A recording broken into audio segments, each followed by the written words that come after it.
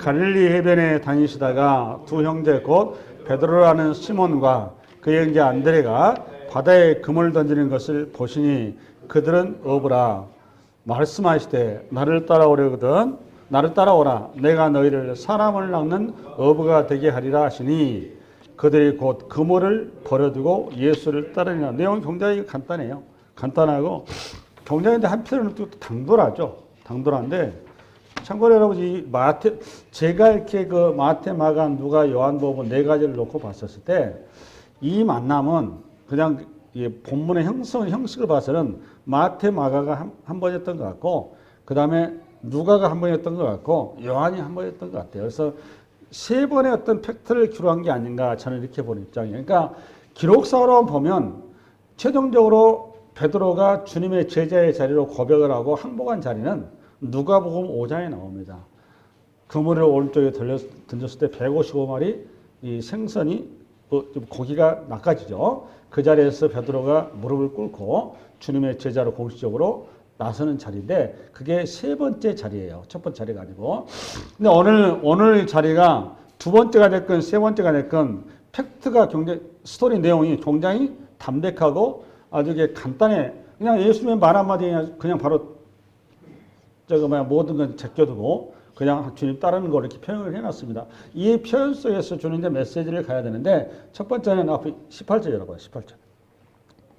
다시 읽어봅니다. 시작. 갈릴리 해변에 다니시다가 두 형제 곧 베드로라는 시몬과 그 형제 안드레가 바다에서 그물을 던지는 것을 보시니 그들은 어부라. 이게 중요한 관점이 뭔가 하면 첫 번째는 지금 예수님께서 제자들을 찾아간 겁니까? 제자들이 예수님을 찾아간 겁니까? 예수님이 제자를 찾아간 거죠. 근데 요 논리가 유대인들의 기본적인 정서와 이해 속에서는 말이 안 되는 논리예요. 우리는 이제 이게 학습된 신앙, 이거 당연한 어떤 기록이기 때문에 당연하게 받아들이는데 유대인들의 시각에서는 이건 말이 안 되는 논리예요. 우선은 유대인들은 우리 한국처럼 되게 가부장적인 구조를 정서적으로 가지고 있어요. 그래서 당연히 스승한테 제자가 찾아가는 거지 스승이 제자를 찾아오는 경우는 없어요. 그런데 오늘 우리 주님께서 어찌된 영무인지 주님께 제자를 찾아가신단 말이죠. 이게 여기시 우리에게 주는 첫 번째 메시지예요. 왜 메시지인가 하면 이 스토리가 우리가 구원함을 얻는 중요한 루트며 방식이라는 것을 성경은 명확하게 우리한테 얘기하고 있거든요. 이게 성육신이잖아요. 여러분, 우리는 하나님 그러면 어떤 생각을 하는가 하면 출애굽기에 나와 있는 시내산에서 번갯불과 천둥과 그 천사의 나팔과 호령과 이 어마어마하게 그 무섭고 두렵고 떨리는 하나님, 그 범접할 수 없는 그런 하나님으로 우리 인식 속에는 들어와 있죠. 유대인도 마찬가지입니다. 하나님을 본다 그러면 죽는 줄 알고 있어요. 그 당연히 죽을 수밖에 없는데 그런 하나님이 인간의 몸을 입고 우리한테 올 수 있다, 다가왔다는 것은 상상할 수가 없는 부분이에요. 실은. 근데 중요한 것은 우리 하나님께서 그런 자신들의 하나님 당신의 어미하심과 존엄하심과 당당하심과 신적인 능력을 전부 다 내려놓고 저와 여러분이 인간의 자리로, 인간의 모습으로, 인간의 수준으로 당신을 낮춰서 이걸 보고 이제 종의 몸을 가지고 이 말이죠. 이게 이제 빌립보서 2장 한번 열어볼래요? 빌립보서 2장 우리 한번 읽어봅니다. 시작. 너희 안에 이 마음을 품어라. 곧 그리스도 예수의 마음이 그런 근본 하나님의 본체시나 하나님과 동등됨을 취할 것으로 여기지 아니하여. 잠깐만. 하나님의 본체라 그 말은 예수님께서 하나님의 본체라 그 말이죠. 한글로는 본체인데 내용은 뭔가 하면 이 원래 뜻은 하나님의 속성이다 그 말이에요. 하나님 몇 분이죠, 여러분? 하나님 세 분이에요. 나 이단 아닙니다. 하나님 몇 분이라고 여러분? 세 분이에요.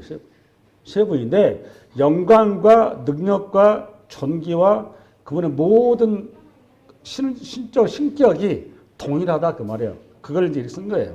아멘? 그래서 그는 근본 하나님의 본체시나 하나님과 동등됨을 취할 것으로 여기지 아니하시고 오히려 자기를 비워 종의 형체를 가지사 사람들과 같이 되셨고 사람의 모양으로 나타나사 자기를 낮추시고 죽기까지 복종하였으니 곧 십자가에 죽으시며. 이 말씀의 실현이 오늘 제자를 부른 현 땅에서 그대로 녹아 들어갔다라는 거예요. 이 말씀. 이게 무슨 소리냐? 하나님께서 이 땅에 예수님이 이 땅에 오셨다는 것은 예수님께서 제자들에게 말씀하신 중에 제자들이 빌립이 그러죠. 주님, 성부 하나님 좀 보여주세요 이러잖아요. 그때 우리 예수님께서 뭐라고 그랬죠? 나를 본 자는 아버지를 보았느니라 그랬죠. 그러면 우리 주님께서 어떤 모습으로 아버지의 모습을 보여준 거죠? 인간의 모습으로. 그러니까 성육신이라는 것은 우리가 이해하는 식으로 시간과 공간 속에서 하나님의 당신의 모습을 우리의 시각과 감각과 우리의 이해 수준으로 당신을 낮춰서 우리에게 보여주신 사건이라면 더 플러스 거기서 머물러서는 안 되고 성육신 사건은 뭔가 하면 그 하나님께서 인간의 몸으로 오셔서 인간의 우리 곁에 왔다는 거예요. 그러니까 이거는 우리의 삶의 자리, 우리의 삶의 자리로 실제로 우리의 삶의 어떤 자리죠? 비참하고 죄스럽고 인정받지 못하고 고통과 눈물과 탄식이 있는 거, 누구도 우리의 존재를 인정하지 않는 자리. 그래서 어느 누구도 우리를 바라보지 않는 그 자리로 당신이 그 모습 그대로 우리한테 오셨다는 거예요. 그러면 이분은 그 하나님은 오셔서 우리는 어떻게 하느냐? 그럼 우리에게 그 하나님이 오셔서 하나님께서 우리의 환경을 개선해 주고 우리의 먹을 것을 해결해 주고 우리 입을 의식주를 그분이 해결해서 우리가 잘 살게 되고 우리가 이 땅에서 어떤 그 이데아의 세계를 이룰 수 있는 그런 하나님으로 우리가 많이 오해를 하고 있죠. 근데 하나님은 그렇게 임하시지 않으신단 말이에요. 하나님은 우리의 처지에 있는 그대로 오셔서 우리 자체를 그대로 인정하시고 우리의 이 못난 모습, 우리의 이렇게 이게 뭐라고 그래야 되나? 이렇게 죄 많은 이 모습의 이 자리. 그래서 우리를 고통받는 이 자리의 모습으로 당신이 고통의 모습 그대로 우리가 함께해서 동일시해서 우리의 자리로 오셨다는 겁니다. 우리 인생의 삶의 자리로 오신 거예요. 어디까지 오셨느냐? 우리 인생의 죽음의 자리. 오늘 본문에 말한 것처럼 죽음의 자리. 그래서 우리의 사망의 자리까지 그분이 직접 함께 하셨다라는 거예요. 사망을 없앤 게 아니라 우리의 이 땅에서 어떤 그 가난을 없앤 게 아니라 이 땅에서 어떤 질병을 없애러 오신 게 아니라 이게 중요합니다. 가난을 없애러 주님 오신 거 아니에요. 질병을 없애러 오신 거 아니에요.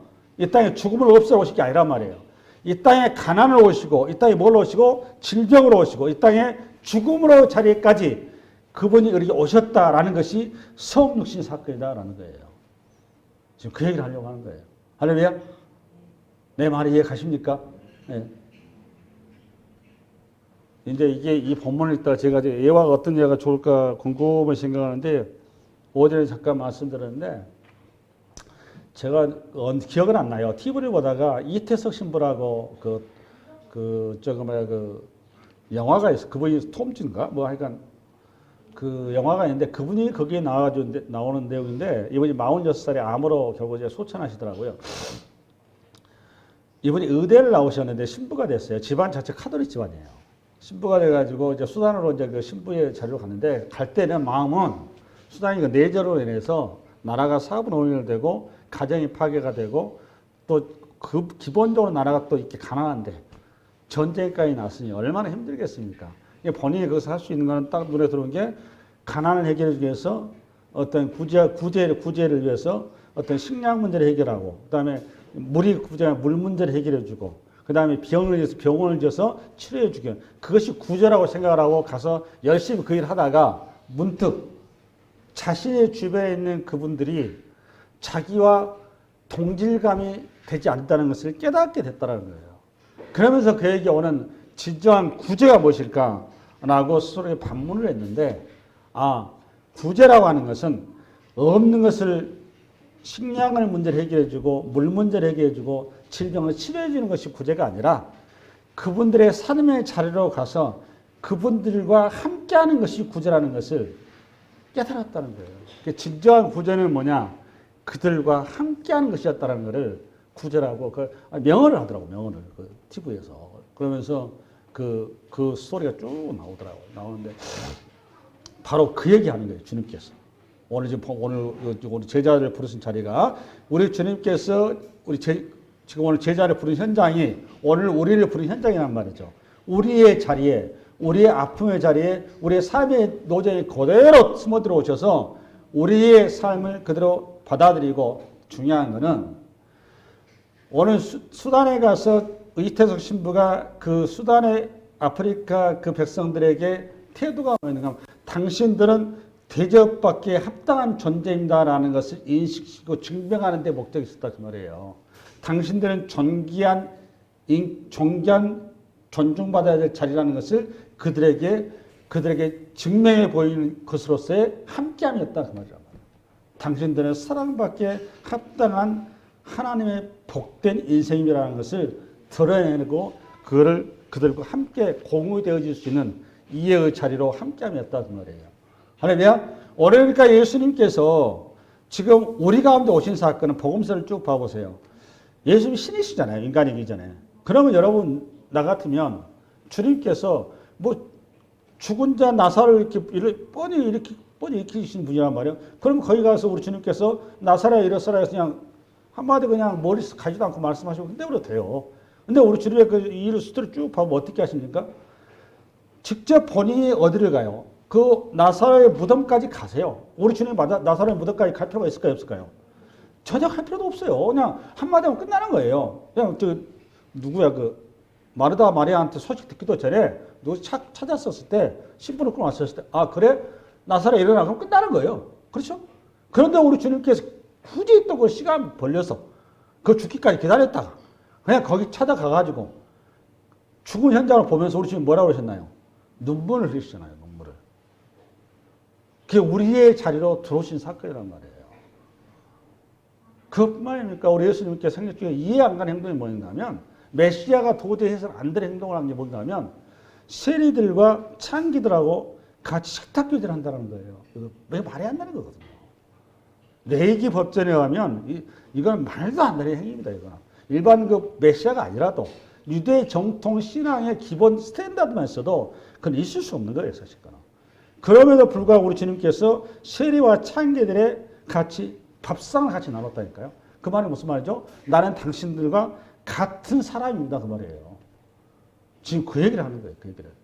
오늘 지금 우리 주님께서 베드로를 찾아온 현장은 베드로는 우리 주님이 아침 새벽에 무리적으로 시각적으로 주님을 만나서 베드로에게 당신의 배를 내어줘서 선상 설교를 할 수 있도록 제공을 해준 다음에 선상 설교를 듣고 말씀을 의지해서 그물을 던지고 그 자리에서 회심을 했지만 오늘 성경 말씀은 그런 팩트를 얘기하려고 하는 게 아니에요.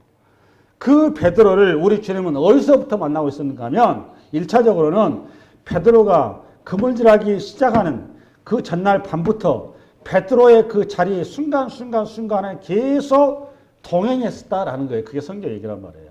그래서 그 밤에 수도 없이 토막을 하는데 토막할 때마다 가능성 있는 곳마다 이게 그물을 던질 때마다 고기가 한 마리도 낚아오르지 않을 때마다 어떤 심정이었을까요?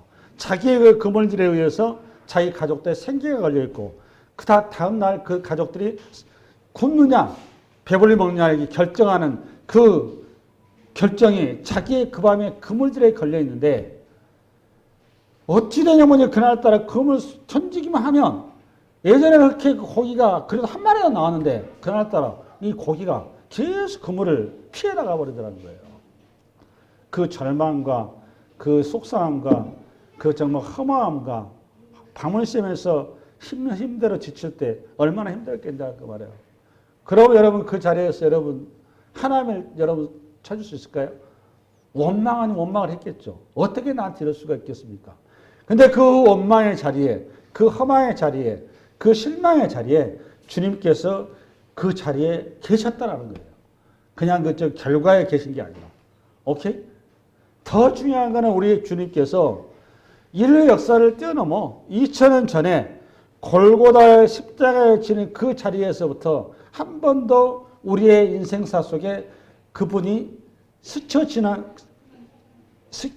경우 한 번도 없이 우리 자리에 우리의 눈물과 탄식과 아픔의 자리에 항상 함께 계셨다는 것이 성경의 말씀이란 말이에요.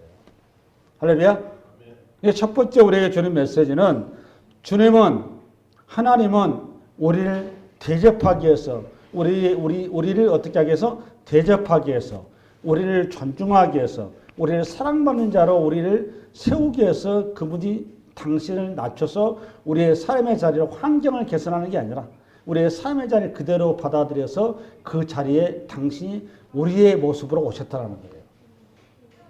그게 첫 번째 우리 제자를 부르시는 원리라 그 말입니다. 첫 번째. 두 번째 우리 한번 18절 다시 봅니다.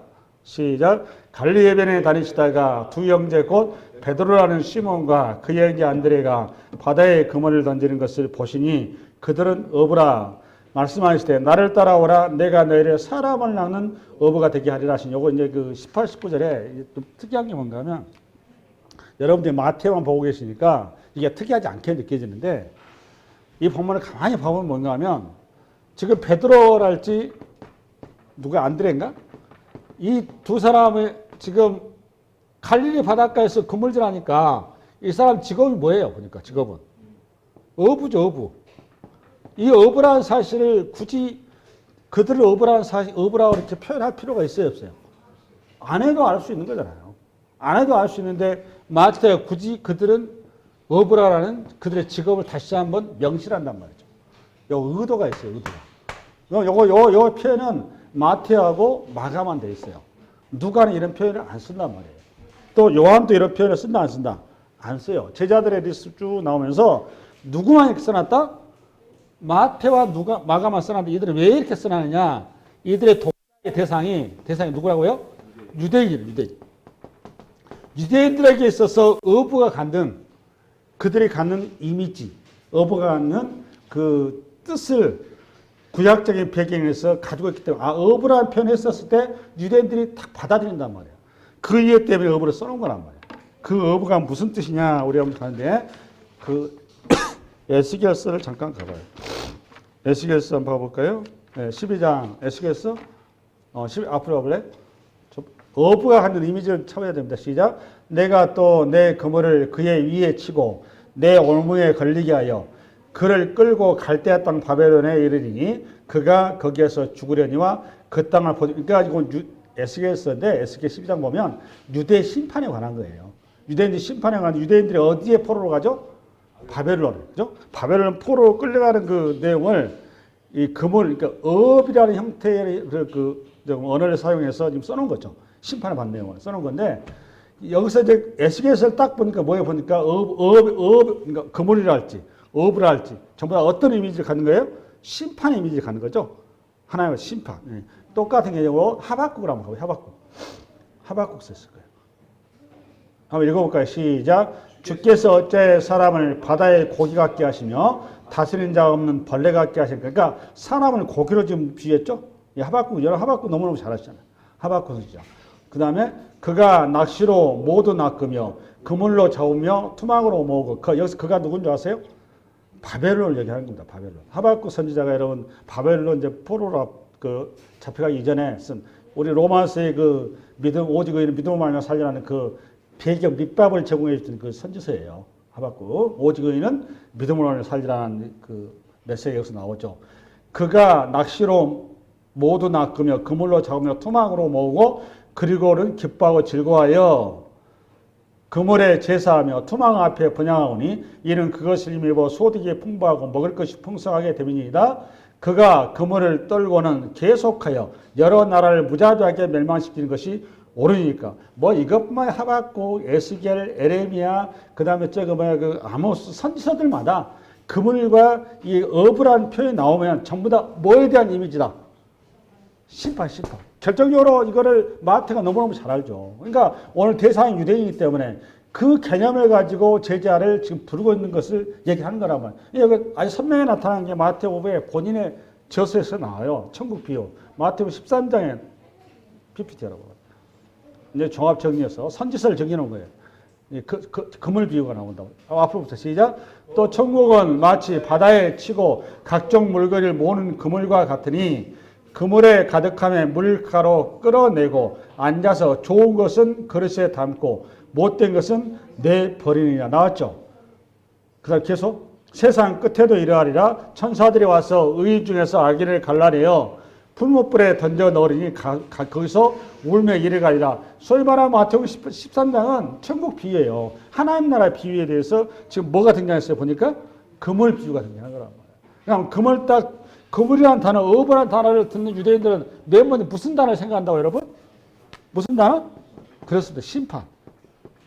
그러니까 지금 의도적으로 이거 써놓은 거니까 그들은 어부라는, 그러니까 뭔 소리가 하면 예수님께서 제자들의 이름 속에 지금 뭘 담아놨다 그 말이에요. 두 번째 제자에 부르시면은 그들은 움직이는 경고판이다 그 말이에요. 움직이 뭐다? 경고판. 마치 그하고 똑같은 거예요. 여러분, 노아의 홍수 사건 때 여러분, 노아가 110년 동안 방주를 지쳐. 맞아요, 틀려요. 110년간 방주를 지쳐. 근데 본인만, 가족만 방주를, 그것도 몇 년 동안? 120년을 방주를 진단 말이에요. 그러면 여러분, 방주가 갖는 의미가 뭐예요? 그 방주를 120년간 질 이유가 뭐가 있어요?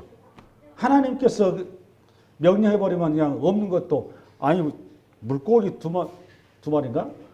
500 물고기 떡 5개로 2만 명도 먹인 판인데, 그건 무슨 방주 짓는 게 무슨 대수입니까? 우리 주님 말 한마디면, 천지도 창조하신 분이 말 한마디면 방주가 후딱, 노아야, 너 여기에 들어갈 준비해. 내가 얘기하기, 맨날 외치겠어. 들어가. 이렇게 하면 끝나는 거 아니에요. 그럼에도 불구하고 여러분, 굳이 수고스럽게 노아로 하여금 뭐 하겠어요? 본인의 열심히 돈을 벌어서 그 배에 필요한 목재랄지 모든 그 배를 만드는 필요한 그 재료들을 그 돈을 본인이 벌어서 손수 또 목소리를 빌리고 주변 사람들 빌려서 인부를 빌려서 노아의 방주를 지키게 하시죠. 그것도 하루 이틀도 아니고 몇 년 동안 120년 동안 그거를 보고 있는 주변의 사람들이 바닷가도 아니고 산 중턱에다가 방주를 짓고 있으니 얼마나 우스꽝스럽냐고요. 웃기잖아요. 그 우스꽝스러운 그 정말 그 손가락과 비난과 조소를 들어가면서 몇 년 동안? 120년 동안을 그걸 지었단 말이에요. 하나님께서 가면 그 몰라서 그랬을까요? 아니에요. 왜 그렇게 했어요, 여러분? 하나님은 노아만 사랑하신 게 아니에요. 누구도 사랑하신 거죠? 심판에 임할 걸 전혀 이해를 못하고 그 현실에 희낙낙거리고 살아가는 그 인생도 똑같이 살아가세요. 그래서 노아를 통해서 지금 하나님께서 그들 살아가신다는 방식을 방주라는 심판의 경고장을 통해서 그들에게 지금 알리는 거란 말이에요. 할렐루야. 아멘. 에녹도 마찬가지입니다. 에녹이 백세가인데 어느 날 갑자기 무두셀라가 태어난 거예요. 무두셀라가 태어나는데 무두셀라 이름이 뭐예요? 너 죽으면 뭐한다? 세상 끝이 온다. 그러니까 쉽게 해서 마지막 날은, 그러니까 사람이 교통사고 나서 언제 죽을지 수명이 백세가 천년 만에 사는 거 아니잖아요. 이따라 시험을 정했는데 갑자기 죽을 수도 있잖아요. 심장마비로 죽을 수도 있고. 그러니까 에녹이 그 아들의 이름을 딱 받는 순간 무슨 느낌이 들겠어요? 아, 주님 곧 오신다. 이 땅에서 이제 빨리 준비해야 되겠구나. 그 에녹의 그 사람을 통해서 주변의 모든 사람들에게 경고장으로 서도록 세운 거란 말이에요. 할렐루야. 오늘 지금까지 제자로 부름받았다 그 말은 두 번째 원리는 제자들의 원리는 뭐다? 심판이 일어납니다. 여러분 예수 믿으세요. 천국이 임했습니다. 심판이 임합니다. 예수 믿으세요. 천국을 받아들이시라는 나팔수로 이 땅에 부름받았다 그 말이에요. 우리가 그 경고장으로 우리가 살아있는 움직이는 경고장으로 우리가 하나님 앞에 부름받은 존재라는 거예요. 그게 두 번째 제자의 부름의 원리다 그 말입니다. 할렐루야. 그다음에 세 번째 다시 한번 읽으면 19절부터 19절 시작. 말씀하시되 나를 따라오라. 내가 너희를 사람을 낚는 어부가 되게 하리라 하시니 그들이 곧 그물을 버려두고 예수를 따르리라. 이 봐보세요. 이게 지금 여러분 19, 20절 보면 굉장히 당돌하지 않아요? 당돌하지 않냐고요? 여러분 가만히 생각해 보세요. 마태가 이걸 기록을 해놨는데 아까 얘기했죠. 1차적으로 오늘 본문은 세 번째 하고 싶은 얘기는 무슨 얘기인가 하면 말씀하시되 이 말입니다. 뭔 소린가 하면 우리 주님의 말씀의 능력과 권세와 영광에 압도되어, 그죠? 압도되어 제자들이 제자의 길로 서겠고 이들을 세웠다 그 말이에요. 이걸 얘기하려고 하는 거예요. 그러니까 이게 우리 예수님은 말씀이시죠. 요한복음 1장의 말씀이시죠. 말씀이 주님께서 이 땅에 육신을 입고 오신 거란 말이에요. 그 육신을 입고 오신 우리 주님께서 말씀 한마디로 세상을 창조하신 분이란 말이에요. 근데 그 주님이 중요한 건 자기가 그 신적인 능력이 있어서 자기가 임의로 자기 모든 걸 할 수 있음에도 불구하고 이 땅에 오셔서 말씀이신 그분이 자기의 뜻을 이뤘나요? 아니면 아버지의 뜻을 이뤘나요? 자기의 뜻을 위해서는 단 한마디도 한 건도 하신 일이 없다라는 거예요. 오직 누구를 위해서? 아버지를 위해서 이 땅에서 철저히 순종하신 분이 우리 예수님이세요. 근데 성경은 말씀으로 시작해서 말씀으로 끝나요. 창세기 1장 3절에 보면 태초에 창세기 1장 3절 가보세요.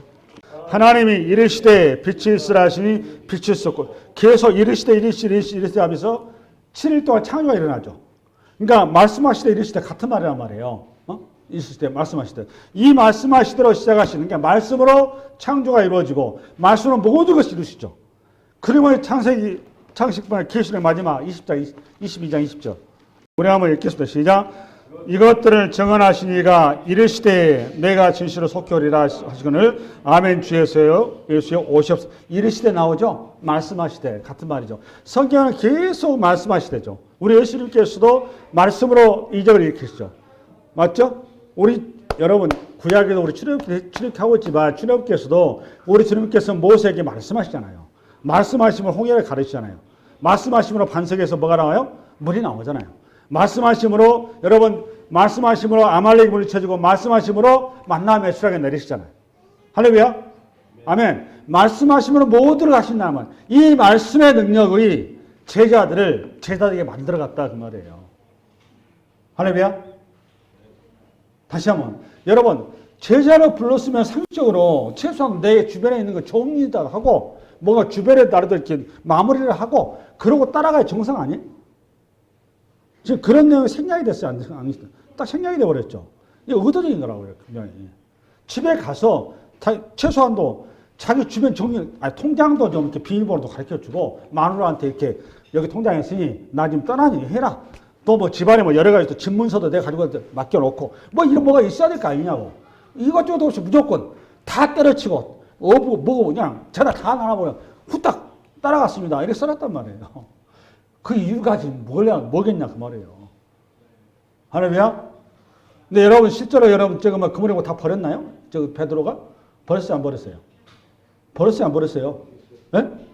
안 버렸어요. 왜? 뭘로 알 수 있어요 여러분? 예수님 부활 후에 이들이 지금 어디로 갔어요? 실망해서 예수님 십자가 못 박힌 다음에 어디 갔어요? 갈리로 가잖아 갈리로.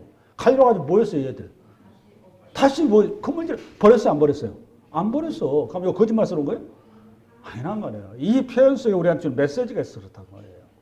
뭘 얘기하려고 하느냐? 하나님의 말씀의 능력을 우리에게 지금 얘기하려고 하는 거예요. 제자를 부를 때 그 제자를 이런 얘기 하는 거예요. 지금 베드로도 그렇고 여기 뭐 나머지 많을 것도 베드로 특히 베드로라는 이름이 그 시몬이죠. 시몬이야, 그죠? 이게 듣는다 그 말이거든요. 듣는다 또 하나는 모래 그런 뜻이에요. 시몬이. 근데 시몬이 이름이 뭘로 바뀌죠? 베드로로 바뀌죠. 베드로라 이 말이 무슨 말이에요, 여러분? 반석이죠. 이게 모래가 뭘로 됐다는 거예요? 요걸 누가 이렇게 하셨다는 거예요? 예수님께서 이렇게 한 거잖아요, 그죠? 사울이 뭐로 되고 바울이 되고 그 다음에 야곱이 뭐가 되고 이스라엘이 되고 그 다음에 아브라함이 뭐가 되고 아브라함이 되고 사례가 뭐가 되고 사라가 되고 이거 다 누가 하신 거예요? 하나님이 하신 거예요. 주님이. 지금 그 얘기하는 거예요. 그러면 이 길을 제자가 된다라는 이 길은 내가 스스로 되어줄 수 있다 없다? 없다. 그 얘기를 하려고 하는 거예요. 여러분 오늘 여기에 부름받은 베드로가 진정한 제자의 길에 간다요 못 갔나요? 못 갔죠. 어디서 무너졌나요 베드로는? 십자가에서 무너지잖아요. 그럼 베드로에게 이 말이 베드로 내면에 베드로 자신에게 제자로서의 어떤 자격이나 제자에 될 만한 어떤 능력이나 제자로서의 어떤 갖춰야 될 기본적인 태도나 이런 것들이 자신의 내부에 어떤 근거나 원인이 있다 없다? 하나도 없다 그 말이에요. 오직 제자로서 세워질 수 있는 유일한 길은 말씀에 있는 하나님의 손 안에 있다 그 말이에요. 결국은 이 베드로도 전혀 내부에 근거도 없고 자신한테 아무런 가능성도 없다는 것을 스스로 그때 베드로 선지서 써놔요. 그 선지서가 유명한 본문이 여러분 베드로전서 2장 9절 10절인데 9절 10절 해봐요. 9절 10절 갑시다. 시간이 없으니까 시작. 그러나 너희는 택하신 족속이요 왕 같은 제사장들이요 거룩한 나라요 그의 소유된 백성이니 이는 너희를 어두운 데서 불러내어 그의 기이한 빛에 들어가게 하시니 아름다운 너를 선포하게 하시며 여기 딱 봐보면 볼 것도 없어요. 전부 능동태 수동태 보니까 택하신 족속이요 왕 같은 제사장들이요 거룩한 나라요 소유된 백성 전부 수동태. 그러니까 나한테 기인되지 않았다 그 말이에요. 전부 뭐다? 은혜로 됐다 은혜로. 이 은혜를 베드로가 깨우치고 나서 쓴 거란 말이에요. 할렐루야. 그럼 오늘 베드로만 그러나요? 사도 바울도 마찬가지예요. 여러분 사도 바울이 다메섹에서 예수님 만나죠. 바울이야말로 가말리엘 그 문화생이니까 최고의 요즘 우리 한국으로 말하면 서울대 법대생들이거든요. 거기 차기 소위 말하면 가말리엘 수장의 제일 아주 유력한 그 전도 유망한 청년이 어느 날 그쪽에 나사렛에서 그쪽에 메시아라고 나와가지고 근데 십자가에 죽었는데 갑자기 부활했다고 헛소리하고 돌아다니는 거야. 그러니까 사도 바울이 보니까 어이가 없는 거죠. 마패 하나 달라고 해서 전국을 돌아다니면서 이 예수 얘기를 때려잡겠다고 돌아다니는 거 아닙니까? 어디까지? 다메섹까지. 이게 이스라엘 국경지대까지. 거기에서 벌건 대낮에 우리 주님 만난 거 아니에요? 그 색깔 완전히 그 뒤집어진 거 아닙니까? 그러고 나서는 사도 바울이 그 평생에 여러분 사도 바울이 얼마나 잘한 게 많아요. 로마 시민권자입니다. 로마 시민권자. 어마어마한 사건이거든요. 로마 시민권자. 또 여러분 이 권력만 있어도 대단한 건데 종교 권력까지 가지고 있어요. 이 인간이. 찰싸는 거. 이 강남의 그 소위 말하는 부자로 생각하시면 돼요. 강남. 종교 권력, 정치 권력, 스펙이 다 좋은 사람이에요. 제가 말한 그 바울이. 그런데 거기다가 여러분 하나님 부름받아서 그가 가는 곳마다 얼마나 많은 교회를 세웠습니까? 바울이 가는 곳마다 얼마나 교회가 부흥을 해요. 그럼 여러분 바울 정도 되면 여러분 자랑할 만하지 않아요? 내세울 만하지 않아요? 나 이런 사람. 요즘 우리 한국 같으면 대형교회 목사님 얼마나 폼 잡습니까? 근데 오늘 바울의 서신을 한번 들어가 보세요. 자기를 내세운 구절이 한 군데도 없잖아요. 철저히 뭐라고 합니까? 나는 죄수다. 죄 중에 죄수다. 나는 아무것도 한 게 없다. 나는 오직 은혜 외에는 설명할 길이 없다.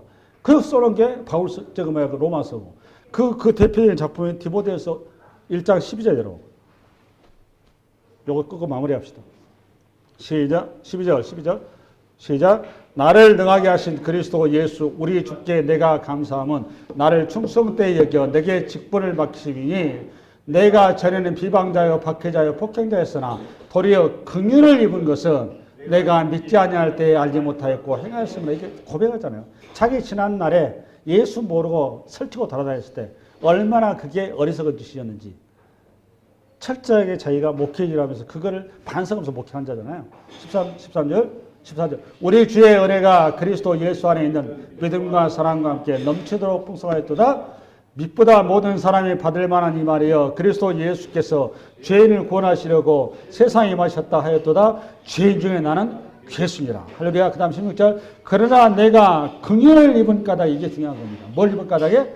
긍휼을 입은 까닭에 예수 그리스도께서 내게 먼저 일체 오래요 참으심을 보이사 후에 주를 믿어 영생하는 자들에게 본이 되게 하려 하심이라. 긍휼을 전했다니까. 뭘 전했다고 여러분? 긍휼을. 왜 긍휼을 전한 거죠? 긍휼을 입었으니까. 은혜를 전했다니까. 왜 은혜를 전했다고요? 은혜를 입었기 때문에요. 자기가 전할 게 그거밖에 없는 거예요. 내세울 게.